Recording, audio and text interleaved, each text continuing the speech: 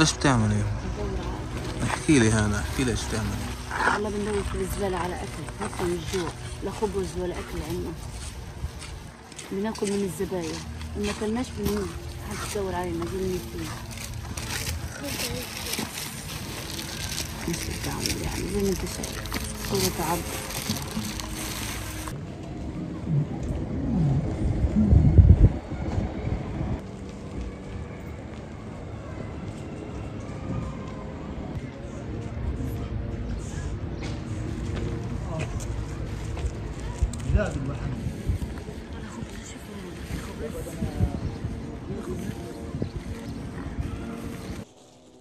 والله احنا عايشين اكبر مأساة في غزة، عن جد ما حدش حاسس فينا، حتى لما بيقولوا بدخلوا اكل وبدخلوا شرب احنا بصلناش ولا اشي. هينا زي كلاب الشوارع، بنلم الاكل من الزبالة.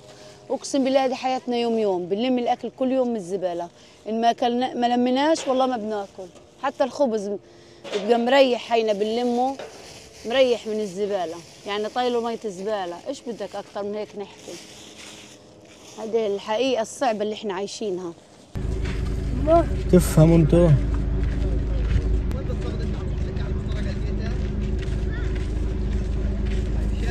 نفسي بتعز علي، اكذب عليك، انا متعلمه. رغم هيك بلم من الزباله، لان إن ما اكلتش، إن ما لميتش باكلش. هذه حقيقه. احنا 7 افراد وجوزي مريض ومصاب حرب، لا بيطلع ولا بينزل ولا بيشتغل. حتى التكييف ما نلحقهاش، ملايين عليها. عشان هيك كل يوم زيك بروح لاولادي اكلي من الزباله، بغليه وباكله. بموت من الجوع، ولادي عيانين ومصابين، بدي اعيش كيف يعني؟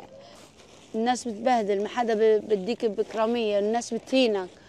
فبقول الزبالة أحسن لي. امبارح لميت لهم من الزبالة زيك وسخنته وأكلناه. نزل المعوية أرحم من الحرمان من الأكل والجوع. الجوع أصعب كتير، أكبر مرض حقيقي هو الجوع. أكبر حرب نفسية للإنسان هو الجوع. إنك تحاربه في إنسانيته في أدميته، هو هذا أصعب لحظة علينا. كل إشي بهون، كل إشي بهون. حاربوا زي ما بدكم، بس سيبوا الغلابة ياكلوا، المدنيين ايش ذنبهم؟ هذا خبز بناكله من الزبالة، ناشف بنلمه وبناكله من الزبالة. ايش اقول لك؟ طلع بلم الخضرة من الزبالة. نعنع هي زبدة نفسي فيها، مش قادرة اشتريها ب10 شيكل، والله لو بشيكل ما انا قادرة، ماليش دخل بالمرة ولا شيكل بخش علي. برضه برد نفسي ولادي. صحيح الاشي صعب من الزبالة، بس خلص.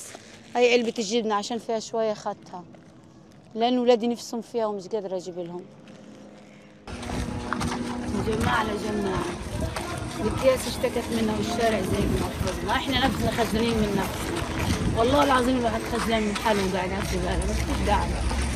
واحيانا صباعي بتنجرح، يعني امبارح